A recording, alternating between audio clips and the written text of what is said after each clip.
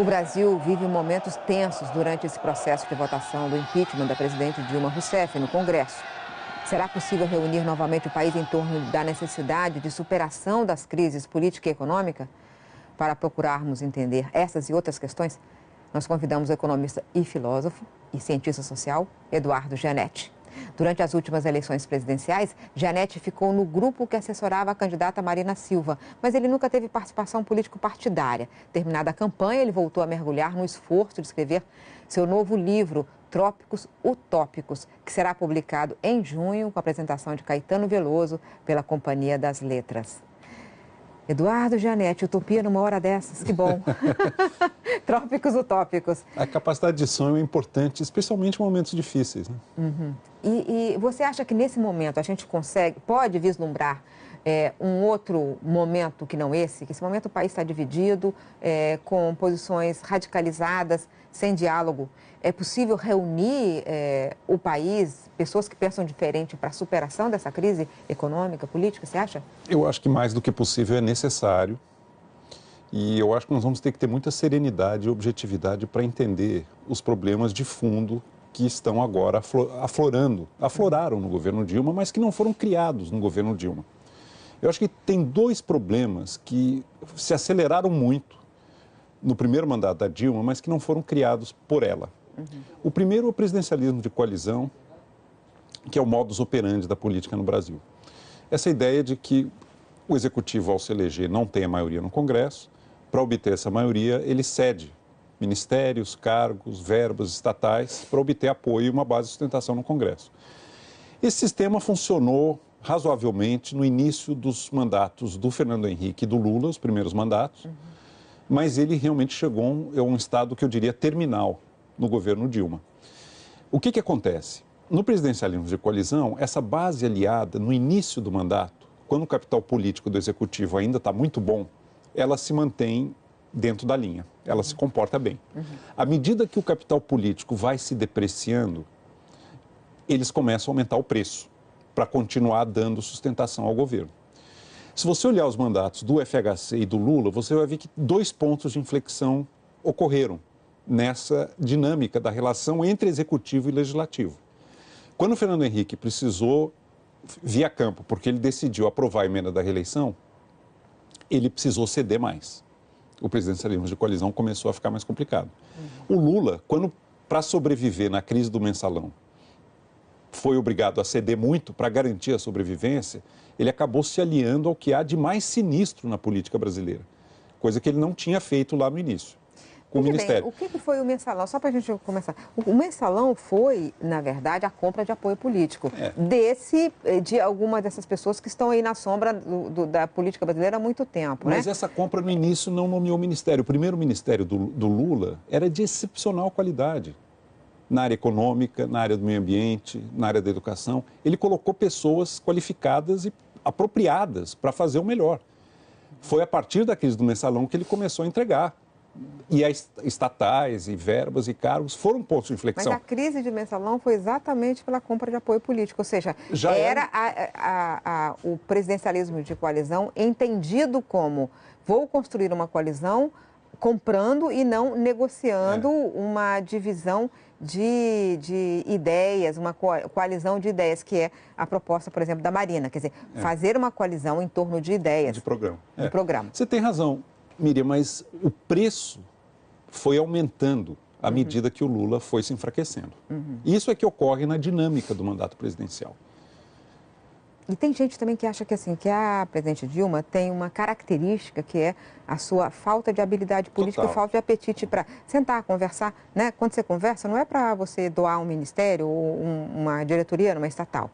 É para você ouvir, de repente, um pleito que nem custa caro. Às vezes é a remoção de uma burocracia para que o empreendimento aconteça. Conversar como todo governante de presidencialismo conversa, né? Vários elementos, se você me permite, se combinaram aí. A falta de liderança dela e falta de aptidão para negociar. A fragmentação do Congresso, que aumentou muito. Exatamente. E, para mim, o sinal claro da falência do presidencialismo de coalizão foi quando a Dilma, no início do segundo mandato, portanto, em tese, com capital político renovado, Exatamente. loteou 39 ministérios entre 10 partidos e não elegeu o presidente da Câmara. E ainda por cima o presidente da Câmara era quem é. Ali faliu, acabou. Se um presidente recém-eleito loteia 39 ministérios entre 10 partidos e não elege o presidente da Câmara, o presidencialismo de coalizão acabou, como possibilidade de governo. Né? Vamos lembrar apenas que o presidente da Câmara era da base de sustentação dela, né? Era do PMDB, é do PMDB. Então, o PMDB, naquele momento, era da base dela. Mas eles tiveram um candidato próprio que foi fragorosamente derrotado, que era o Chinalha. O Chinalha. Eles foram derrotados de maneira, assim, inequívoca, no início do mandato. Então, o capital político, que era para ter se renovado, já nasceu depreciado, altamente depreciado. Mas você falou de dois problemas. Então, a gente tem, assim, na parte política, essa hiperfragmentação, ou seja, 28 partidos e, além disso, essa dificuldade do governo de saber como organizar a sua base de apoio. Alguns com mais habilidade, como Lula e Fernando Henrique, outros com menos habilidade, como Dilma, mas sempre com isso que você está falando, o aumento do preço, né? Mas você falou que tinha também um outro problema que nos trouxe até aqui. Qual é o outro? Está ligado, de certa maneira, ao presidencialismo de coalizão esgotado. É o esgotamento do ciclo de expansão fiscal que começou no Brasil em 1988. Vamos olhar os grandes números. Eu acho que se eu tivesse uma coisa importante para compartilhar com a cidadania brasileira em termos de economia, é o seguinte: a carga tributária bruta no Brasil, total de impostos arrecadados pela União, Estados e Municípios, era 24% do PIB em 88. De cada R$100 que os brasileiros criam com seu trabalho, 24 iam para os cofres públicos. Era uma carga tributária normal para um país de renda média como o Brasil. De lá para cá, a carga tributária cresceu em todos os governos. Não foi só no último ou no anterior, em todos. Hoje ela está em 36% do PIB. Totalmente fora do normal, do padrão para um país de renda média. Mas não para aí, Miriam. Temos um déficit nominal, que é a diferença entre o governo arrecada e o que ele gasta, tudo considerado, de 10% do PIB. Ou seja, 46% da renda nacional brasileira transitam pelo setor público. E qual é a contrapartida disso para a sociedade brasileira? A capacidade de investimento do Estado brasileiro caiu de 88 para cá. A participação do Estado na formação bruta de capital fixo era 3% do PIB em 88. Na média dos últimos 4 anos, ela ficou em 2,4% do PIB. Ou seja, aumentou a carga tributária, tem um déficit brutal e diminuiu a capacidade de investir. Lembrando aí, só para continuar nos números, que é importante essa colocação, porque, principalmente como você coloca, quer dizer, aumentou de 88 para cá em todos os governos. Em todos. Só que o déficit nominal nos governos Fernando Henrique e Lula era mais ou menos em torno de 2%, 3% do PIB.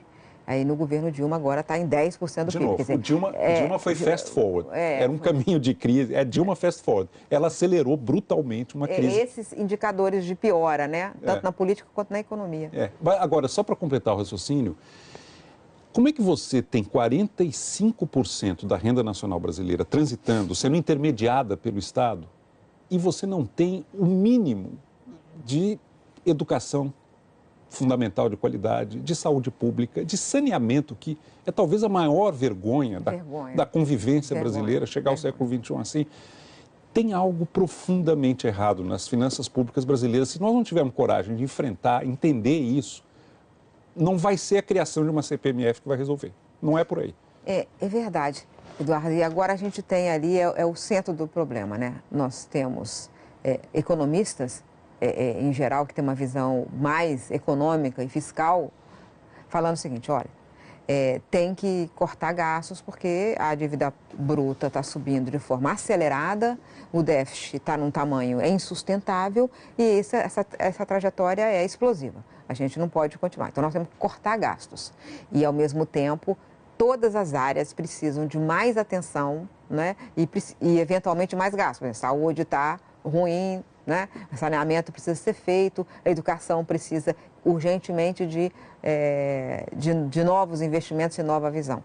Como é que a gente faz? Uma coisa que é atender as demandas sociais crescentes e, ao mesmo tempo, cortar os gastos, porque está com todos os indicadores fiscais de forma explosiva. É esse momento que nós estamos agora. Está perfeitamente colocado. E pior, a conjuntura agravou, porque o desemprego cresce. A gente teve o dado de hoje, que é 10,2% de desemprego no último dado do PNAD. Isso significa 700 mil a mais do que o último dado do IBGE. Então, é muito assustador. Quer dizer, a conjuntura também está piorando. Tá. Então, eu estou te passando a bola, então, porque lá. eu aqui só tenho que fazer pergunta, graças a Deus, e você responde. Vamos voltar para os grandes números, para a gente ter um pouco a ordem de magnitude, a dimensão.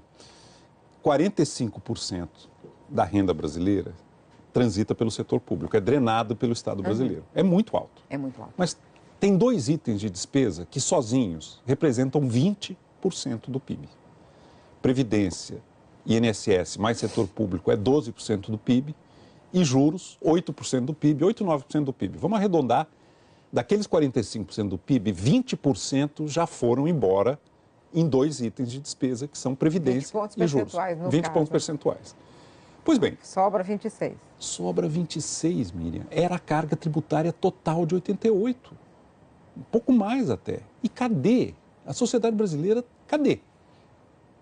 Tem mais coisa, não é só juros e previdência. Você tem 26% do PIB livres de juros e previdência para gastar. Eu tenho uma hipótese. Em 88, foi feita uma opção pelo Estado federativo. Transferiram para os estados e municípios atribuições que eram da União.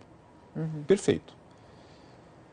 Mas, se tudo tivesse corrido bem, o que teria que ter acontecido? Ao aumento do gasto nos estados e municípios, teria que ter correspondido uma redução do gasto da União. Aumentou de um lado, diminuiu do outro.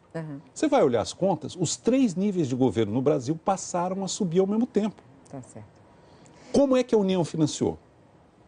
Uma modalidade de tributo, que não é o imposto normal, que tem a característica de ser integralmente de posse da União. Contribuições. Contribuições, é. Eu vou fazer um intervalo agora, Eduardo. Está passando rápido esse programa, eu volto daqui a pouco. Estou conversando hoje com o Eduardo Gianetti. Hoje eu estou entrevistando Eduardo Gianetti sobre a crise política e econômica do Brasil. Mas, diante desse diagnóstico, desses impasses todos, Eduardo Gianetti, a gente tem alguma proposta, tem algum caminho pelo qual a gente pode sair? Então, Miriam, a gente estava falando do federalismo truncado brasileiro, né? O que ocorreu?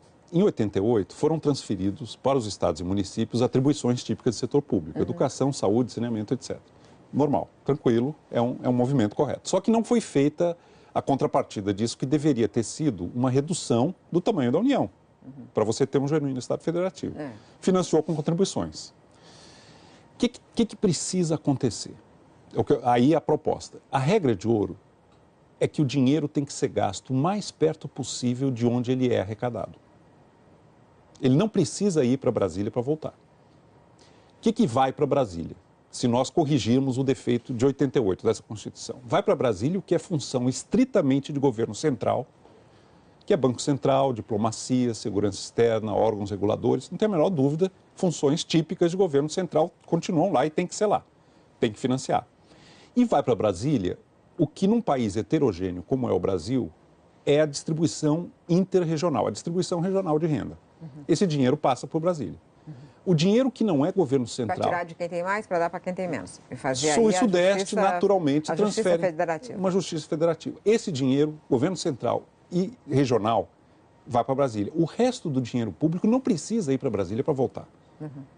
Então, a assimetria grave que se criou em 88 é que a capacidade as funções de gasto foram para os estados e municípios, mas a autoridade para tributar continuou em Brasília. E o dinheiro passeia pelo Brasil indo e voltando. Boa parte da disputa no presidencialismo de coalizão é exatamente em cima do dinheiro que não era para estar indo para Brasília e está indo e voltando. O Brasil vai ter que decidir se quer um Estado centralizado ou quer um Estado federativo. O que não dá é para a sociedade, o cidadão brasileiro, carregar 2 estados sobrepostos, como é hoje. Agora, Eduardo, o que você acha que acontece se no cenário em que o vice-presidente Michel Temer assume nessa crise deste tamanho, com todos esses impasses tão profundos, como você está colocando, impasses que vêm de longe, que se agravaram, mas que são questões que o Brasil tem que fazer reformas muito profundas e num cenário político muito conturbado. Você acha que ele consegue fazer nesses 2 anos ou no período que lhe for determinado alguma coisa, alguma diferença, que alivie a crise? Mudanças desse alcance eu não vejo acontecendo no mandato tampão e de um governo que não foi eleito. Isso aí requer um debate público e um amadurecimento e uma legitimidade que esse governo não terá. Por outro lado, a economia brasileira está vivendo uma hemorragia. Nós temos 10 milhões de desempregados, possivelmente chegando a 12 até o final do ano. Nós temos 60 milhões de brasileiros inadimplentes, com contas em atraso de mais de 90 dias. Nós temos muitas empresas em situação pré-falimentar. Alguma coisa tem que ser feita e eu acho que poderá e deverá ser feita neste mandato tampão do governo Temer. São medidas mais emergenciais e que, no melhor cenário, preparariam o terreno para reformas mais profundas que viriam num novo governo eleito. Agora, nós não podemos continuar nesse caminho que estamos, porque realmente o tecido social brasileiro, eu acho que não suporta continuar nesse caminho por muito mais tempo. É o equivalente na economia de uma situação de hemorragia. Os cenários políticos são todos, né, muito incertos, porque a gente não sabe o que vai acontecer no Senado, pode ser um mandato de 2 anos ou pode não ser. Outra coisa é que a sua candidata, né, na última eleição, Marina Silva, a ex-ministra, ela acha que não tem solução com esse mesmo grupo político, porque ela acha que o que é preciso fazer é uma nova eleição que repactue o país, né? Que se devolver o mandato à população para que fala, vem cá, deu errado e a gente precisa de novas eleições. Eu não sei qual é o caminho constitucional disso, mas você acha que é possível encontrar um caminho que essa ideia é um pouco...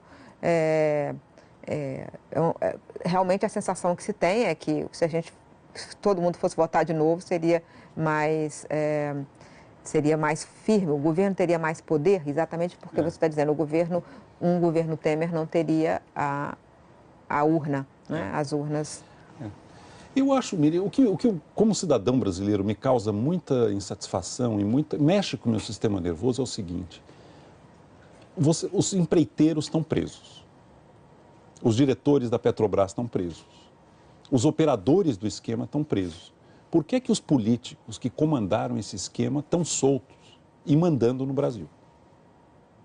Tem alguma coisa muito errada. Isso não era para estar acontecendo. Isso causa um dano institucional enorme.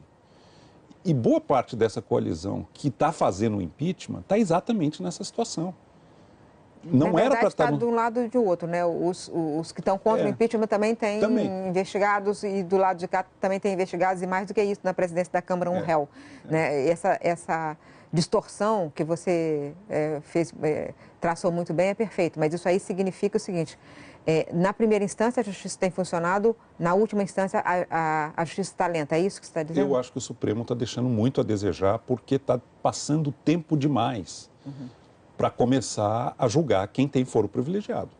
Isso está causando um dano institucional enorme à vida brasileira, à vida pública brasileira. Nós não podemos assistir uma situação de total privilégio de um grupo de governantes que deveria, já a essa altura, estar com um processo de investigação e eventual punição muito mais avançado do que está. Eu acho que essa é a raiz do problema que nós estamos vivendo hoje. A situação seria totalmente distinta se a justiça dos que têm foro privilegiado tivesse caminhado com a mesma rapidez da justiça na primeira instância, que funcionou excepcionalmente bem até aqui. Se você fosse chamado para participar de um governo Temer, você iria? Miriam, ele está por aí a caça de talentos. eu não tenho perfil executivo, eu não tenho nem apetite para mando e não tenho a competência porque eu passei a minha vida inteira estudando. Eu não sou uma pessoa que se preparou para exercer um cargo executivo. Eu não tenho preparo e não tenho ambição disso também. Eu gosto de estudar, eu gosto de escrever, eu tenho um outro perfil. Eu acho que as pessoas têm que ter um mínimo de bom senso, de saber aquilo para que elas se prepararam e aquilo que elas podem exercer, de fato. E na contribuição que você vai nos dar daqui a pouco, né, em junho, saindo do seu livro, vai em que direção? Não sei se você quer falar sobre isso, um pouquinho sobre os trópicos utópicos, que é o seu novo livro. Você, lembrando, escreveu O Preço do Amanhã, você está sempre olhando para frente. E olhando para frente, O Valor do Amanhã e outros livros que você fala assim fora da crise imediata, né? E aí, o que você nos traz em poucas linhas aqui no final do programa? O programa já está acabando. Então, a pergunta básica é: qual é o sonho brasileiro? Se tudo der certo, o que é o Brasil? E eu resolvi escrever esse livro porque, como estudioso dessa bela linhagem que nós temos de intérpretes do Brasil, que tem nomes fantásticos e construções muito elaboradas, e conta de uma coisa. Essa linhagem de interpretação do Brasil busca a nossa identidade olhando para trás. Raízes, formação, bênçãos e males de origem. Nós exercemos muito pouco no Brasil uma busca de identidade que não é retrospectiva, mas é prospectiva. Qual é a utopia brasileira? Você faz isso na História do Futuro de uma maneira aplicada. Na verdade, o meu livro é fazer isso de uma maneira mais utópica. Filosófica. Existe um sonho que mobiliza... Existe um sonho que mobilize as melhores energias dos brasileiros e em nome do qual nós podemos viver o nosso melhor. Qual é o sonho brasileiro? Os americanos, curiosamente, cunharam a fórmula do sonho americano na Grande Depressão. Não havia, até 1930, na literatura americana, essa fórmula do sonho americano. Foi num momento de mínima e de crise que a sociedade americana cunhou e construiu a noção de um sonho americano. O Brasil não fez esse exercício. Os ingleses fizeram isso no Renascimento. O Francis Bacon tem uma utopia, o Thomas More fez a utopia, que inclusive cunhou esse termo, está fazendo 500 anos. 500 anos agora. Exatamente 500 anos. No momento em que a Inglaterra estava nascendo, ela sonhou, ela viu generosamente o seu futuro, que era baseado em ciência e tecnologia.